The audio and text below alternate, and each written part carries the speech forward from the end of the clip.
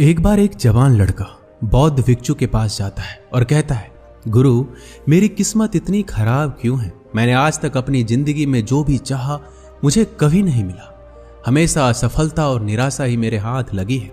लेकिन मैं ऐसे बहुत लोगों को जानता हूं जिनकी जिंदगी में किसी भी चीज की कोई कमी नहीं है। उन्होंने अपने जीवन में जो कुछ भी चाहा उन्हें सब कुछ मिला है। गुरुवर, आखिर ऐसा क्यों होता है कि कुछ लोगों को सब कुछ मिलता है, वो जो भी करते हैं हर काम में सफल होते हैं, अपनी चाहत की हर चीज को हासिल कर लेते हैं, जबकि दूसरी तरफ ज्यादातर लोग बस मेरी तरह सपने देखते रहते हैं, लेकिन वो कभी भी अपनी मनचाही चीजें और सफलता हासिल नहीं कर पाते। तो आप मुझे कोई ऐसा तरीका बताएं जिससे मैं भी अपने भाग्य को ठीक कर सकूं और मनचाही सफलता हासिल कर सकूं।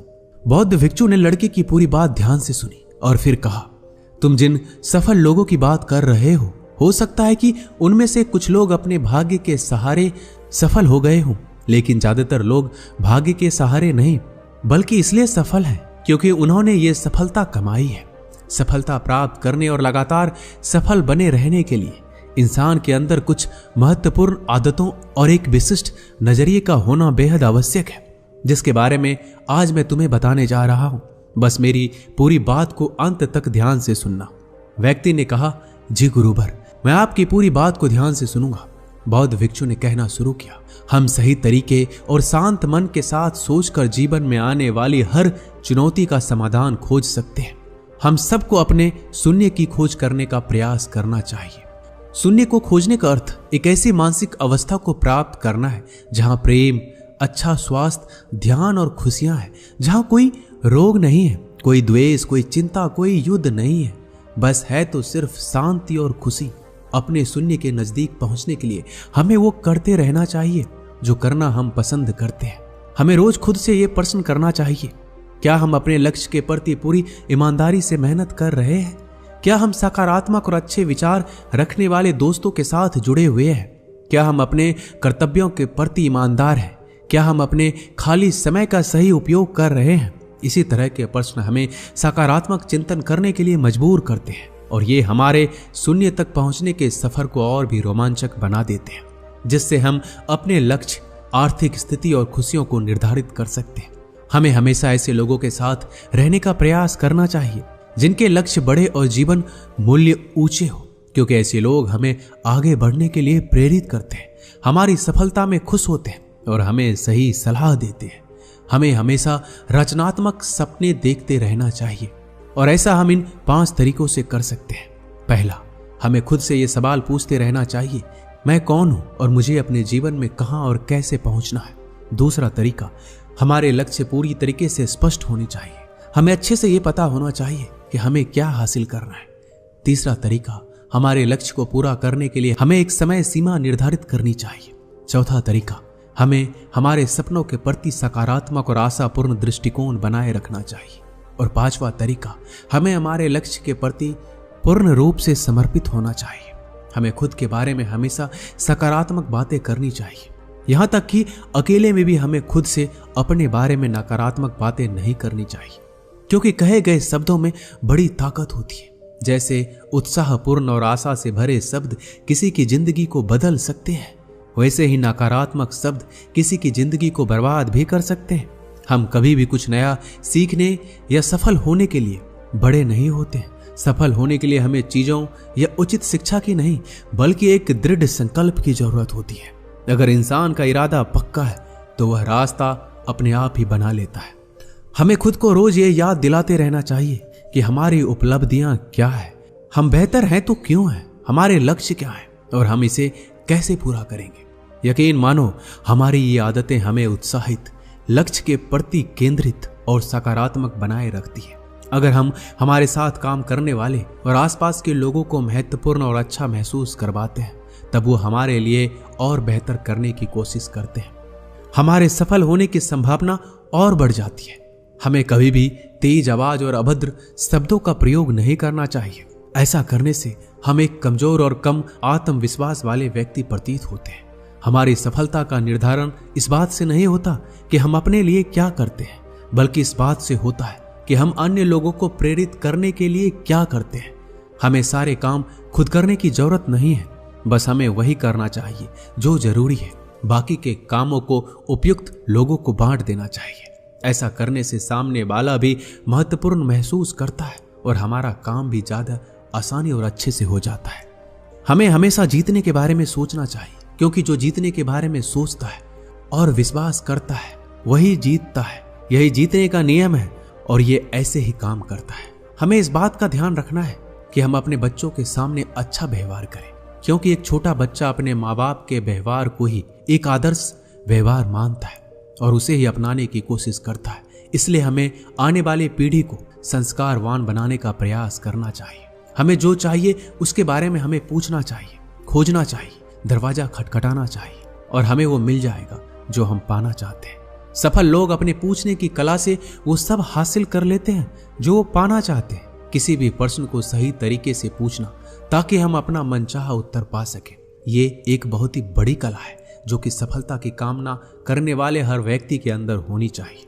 बौद्ध भिक्षु ने आगे कहा, जीवन में सफल होने के लिए हमारे अंदर लीडरशिप क्वालिटी का होना बेहद आवश्यक है। एक अच्छा लीडर बनने के लिए हमें 7 आदतें अपनानी होगी। पहली, हमें अपने से जुड़े लोगों की मदद उनकी उम्मीद से बढ़कर करने का प्रयास करना चाहिए। दूसरी आदत, हमें खुद पर और अपने से जुड़े लोगों पर विश्वास करना चाहिए। तीसरा आदत, हमें सही को सही और गलत को गलत बोलने की हिम्मत दिखानी चाहिए। चौथी आदत, जब हमें पता चल जाए कि हम गलत हैं तो हमें तुरंत अपनी गलती स्वीकार कर लेनी चाहिए। पांचवी आदत, हमें हमेशा अपने साथ काम कर रहे लोगों की सलाह लेनी चाहिए और उनकी इज्जत करनी चाहिए। छठा आदत, चुनौती के समय भी हमें अंदर से शांत और स्थिर रहने का प्रयास करना चाहिए। सातवां, हमें काम को इतनी लगन और जिम्मेदारी के साथ करनी चाहिए कि हम दूसरों के लिए एक उदाहरण बने और वो हमारे काम के तरीके का अनुसरण कर सके। एक बात याद रखो, हमारा दिमाग बहुत अमूल्य है। हमें इसकी देखरेख ऐसे करनी चाहिए जैसे हम दूसरे कीमती सामानों की करते हैं। हमने अब तक जो भी हासिल किया है या कर सकते हैं उन सब का एकमात्र स्रोत हमारा दिमाग ही तो है। इसलिए हमें इसे साफ सुथरा रखने का प्रयास करना चाहिए। इसके लिए हमें बुरी, दहशत भरी, नफरत भरी और नकारात्मक बातें फैलाने वालों से दूर रहना पड़ेगा और ऐसे लोगों का साथ चाहिए जिनके लक्ष्य बड़े और सोच सकारात्मक हो। हमें कभी भी जिम्मेदारियों से भागना नहीं है, क्योंकि जिम्मेदारी ही हमें मजबूत और अनुभवी इंसान बनाती है, जो कि बाद में हमारी बड़ी सफलता का कारण बनते हैं। हमें हमारे काम के लिए उन लोगों से सलाह लेनी चाहिए जो पहले से ही उस काम में सफल हो चुके हैं या उस क्षेत्र के जानकार हैं, ना कि उस लोगों से जो असफल होकर लोगों के बीच उस काम के प्रति डर फैलाते रहते हैं। हमें हमारे अतीत, वर्तमान और आसपास के लोगों के बारे में हमेशा अच्छा ही बोलना चाहिए। अगर हम किसी के बारे में अच्छा नहीं बोल सकते तो हमेशा चुप रहना चाहिए। हमें कुछ पाने के लिए उससे ज्यादा देने के लिए तैयार रहना चाहिए। हमें दूसरों के साथ वैसा ही व्यवहार करना चाहिए जैसा हम चाहते हैं वो हमारे साथ करें। हमें बिना उनसे कोई उम्मीद रखे लोगों की सहायता का प्रयास करना चाहिए और उस ब्रह्मांड की शक्ति का धन्यवाद अदा करना चाहिए कि उसने हमें मदद करने के लायक बनाया। ऐसा करने से हम अंदर से खुश और अपने काम के प्रति उत्साहित महसूस करते हैं।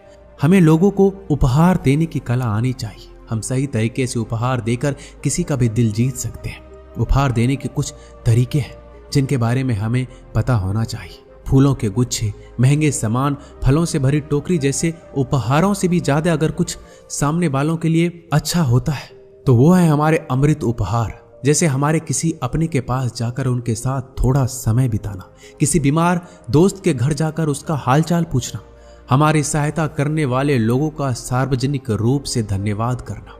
हमें किसी को उपहार देने से पहले उस उपहार को उस व्यक्ति के अनुरूप बनाने का प्रयास करना चाहिए जिसे हम उपहार देने वाले हैं। हमें उपहार देते समय उसकी कीमत पर नहीं बल्कि उपहार लेने वाले का उस उपहार के साथ भावनात्मक लगाव बढ़ाने पर ध्यान देना चाहिए। अगर हम किसी को उपहार देते हैं तब सामने वाले की उम्मीद ही ना हो तो उपहार की कीमत अमूल्य हो जाती है। हम जब किसी को उपहार देते हैं और जब सामने वाले को उम्मीद ना हो तो उस उपहार की कीमत अमूल्य हो जाती है। हमें उपहार देते समय थोड़ा साझा कर देना चाहिए। हमें हमारे साथ काम कर रहे लोगों के विचार, अच्छे सुझाव और उनकी बुद्धिमत्ता की प्रशंसा करनी चाहिए। उन्हें काम से जुड़े मुद्दों पर निर्णय लेने के लिए प्रोत्साहित करते रहना चाहिए। ऐसा करके हम उनके मनोबल को बढ़ाते हैं और खुद को महत्वपूर्ण, उपयोगी वो आवश्यक महसूस करते हैं और हमारे प्रति उनका विश्वास और भी बढ़ जाता है। हम दूसरों पर अपना सकारात्मक प्रभाव उसके मन और आत्मा को सही पोषण देकर आसानी से बना सकते हैं।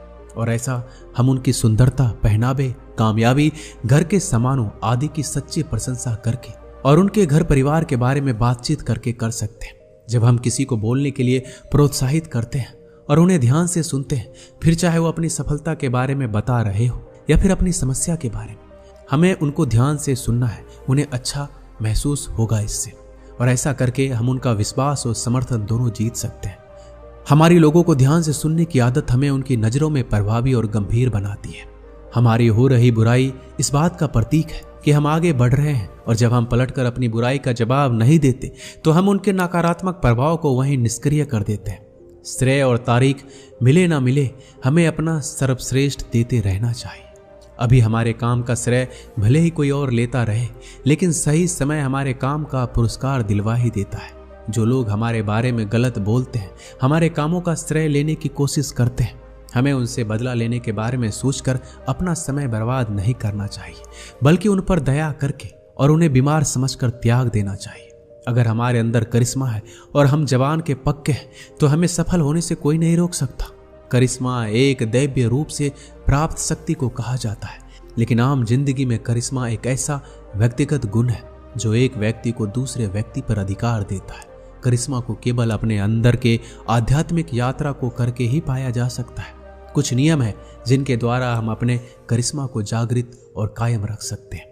हमें ध्यान और एकांत माध्यम से खुद को जानने और समझने का प्रयास करना चाहिए। हमें हमेशा विनम्र रहना चाहिए और कभी भी अपने धन और ताकत का दिखावा नहीं करना चाहिए।